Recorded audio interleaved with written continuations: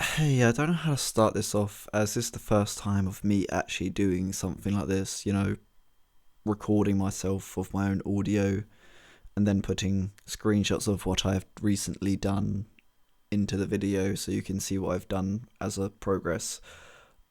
So I'm not really too sure how to introduce myself here. I'm 50203 850. That's my student ID number. Um, I'm doing this to show how much work I've actually done because I've sort of neglected to add certain parts of what I've recently done into my blog, and there's so much to do, I'm not too sure how I could type all of it out within one post or multiple different posts, because I'm not going to lie, I think that's going to rather bore you. So I think it's going to be best if I record myself through my own mic and show you through the screenshots of what I've done recently. I'm not too sure if I've shown the screenshots yet or not. I don't know. The editing will decide for that. Um, I think I should start off with what I'm actually doing. This is for character animation, where I have to show a 3D environment, which is something I do prefer to do. So I have actually added a lot more hours into this than I did with any other assignment or even module for that matter. And I would like to start off with how my mind came to within my own creation, if you know what I mean. I've decided to be inspired by Treasure Planet, the film, and a game called Rayman. Now, I know they seem completely different off, Rayman being running around and you hit people. He doesn't even have arms, but he has hands. And he just works with aliens. And then there's Treasure Planet, where it's all about futuristic worlds, where, where a normal ship could fly out into space, and somehow they have air. I don't know, but that's the film I've based myself on, and a game from Rayman. Uh, so I started thinking about making something to do with gears and like a spaceship, of an exterior spaceship, with the idea of a Rayman style. Every time I play Rayman, well, from the PS2 version anyway, there's always a load of gears, and honestly, they don't add it on to new games with Rayman now, but I've noticed in the PlayStation 2 versions, there's a lot of gears to be used. There's a lot of levers as well, and I've realised that Rayman is actually part sort of apocalyptic style, because it seems that the world's been taken over. I don't know too much of the story myself. I just played the games and didn't really thought about it too much. So I thought, why not create an exterior spaceship full of gears and the color scheme of Rayman, which I thought would be pretty good, as Rayman was all about something to do with one world, and you could walk around never on a spaceship. Well, you can be on a spaceship, but you don't do anything on there. You don't go out to space, as far as I know. So adding Treasure Planet, something to do with a normal pirate spaceship into space, with added a lot of Rayman gears and levers, and their colour scheme, I think would have actually be more of a unique style. So I've decided to go after that. So far, I don't think I've added any of my work in, just a load of different pictures of Rayman and Treasure Planet. So there's that for you guys, just to show what I mean. So I've decided, obviously, to use a lot of gears, components around in the space, and I wanted it in the background of just plain black, a lot of stars, and a planet in the far background to make it look so good. But then I'd spoken to my mentor about my idea on the first 5 minutes of being told of this module, because that was the first thing that popped into my mind, and he convinced me not to do that because the background itself would be just so hard to do, let alone the spaceship and adding all the different kind of gears that I wanted to use, which would have been so difficult, and within only a small amount of time to create this, he thought I wouldn't be able to do it in time. And after speaking to him and after thinking about it thoroughly, I've realised he was telling the truth here. I couldn't do it in time. So I've decided to use some sort of that inspiration and add it on. And by that, I mean I've decided to create an interior spaceship instead of an exterior. So that means everything is in the inside and I don't need any backgrounds. It does quite sound better in my opinion as well, because that means I could have added more of a characteristic to show what a certain character might like in a steampunk world. And so since I decided to focus on a character to show you what type of room he lives in a steampunk world, I've added a lot of gearboxes, I've added a med kit, I even added a trash can that I don't think you could even see in the final render. And then I started to think, what does a living being need? It needs a bed, it needs to sleep.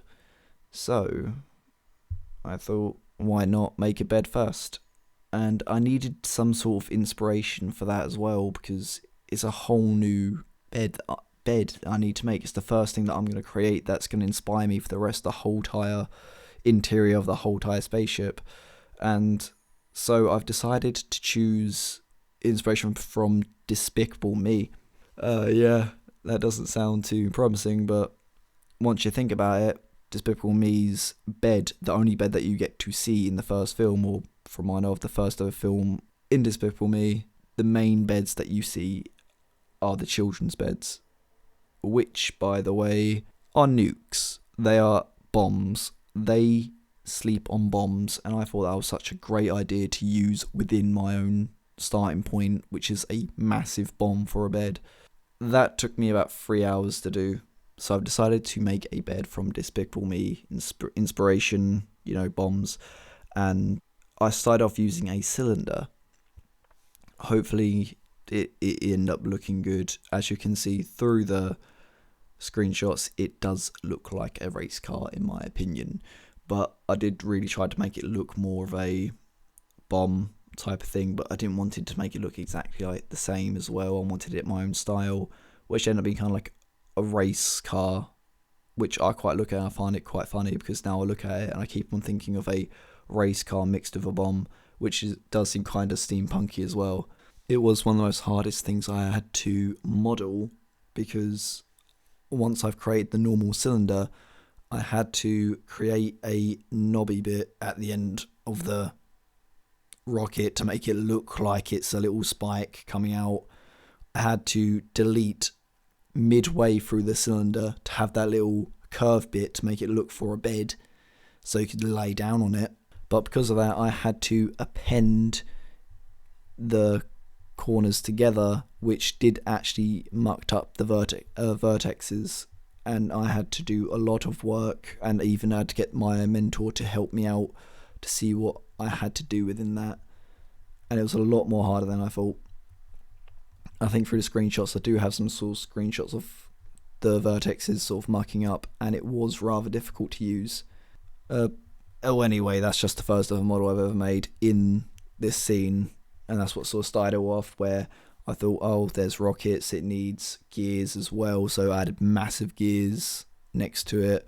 I've added different types of gears, so as you can see through it, there's different gears certain gears have different detail involved, as in I use different kind of hyper shades involved. I didn't just use one color scheme for it, I used different color schemes. Some of them are even differently modeled in some sort of different way. Then I thought, steampunk version, it needs some sort of old-fashioned stuff involved. It's not just a futuristic apocalyptic world, it is old-fashioned meets future. So I've decided to create a photography camera, which a very old-fashioned one as well, that was made back in 1980s. That was my inspiration for that, and you can see that through the first ever second of the rendered version of the whole module. There is that, and next to it is a picture frame, which goes well with the camera, I thought. And then I decided to create, gears, but very small gears. I've decided to make it like that to make it look like it's some sort of currency. Like the currency is now changed into small gears, and the gears are on the table to make it look like it's some sort of coins that some guy just threw on the side. Last week I put all my models. The next one and the final I'm going to talk about, because this is getting rather long, is the wrench.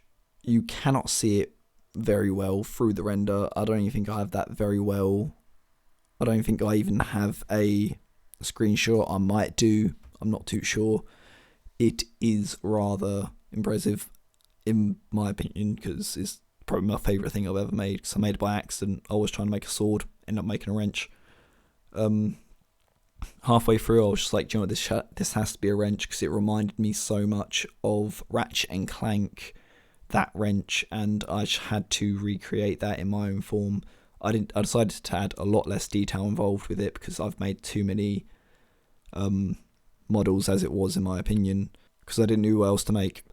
Anyway, after that I've decided to look into the effects that I'm using. I did wanted to have steam coming out of the pipes as my effect, but as I've been making the map, as I've been making the interior of the whole entire spaceship, I've realised that steam isn't going to cut it.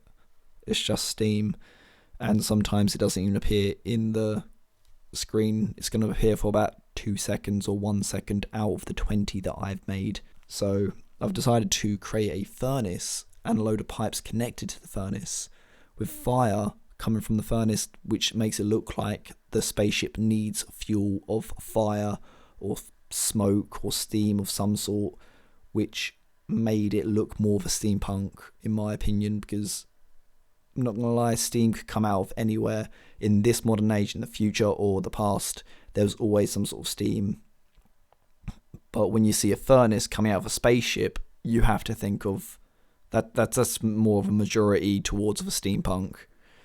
So that's what I've decided to focus on, and it ended up being really difficult because the fire kept on coming out the furnace. The fire kept on spreading out way too much than I wanted, so I had to scale it down. I had to change its looks in a way, because I had to change it. So I've made it so 8 out of the 10 particles that came out would come out. That means 2 times out of 10 a particle will not appear. I did that because I want some sort of randomness within it, so it wouldn't just look like some sort of sequence. It is random. So I done quite a lot of editing from that. I looked right into the YouTube tutorials and stuff like that involved within fire, and they all were kind of different in their own way, which made my fire, in my opinion, look a little bit different than most people's, but it looked fine, and it did look rather normal. I didn't add too much effort into it, gonna be honest with you.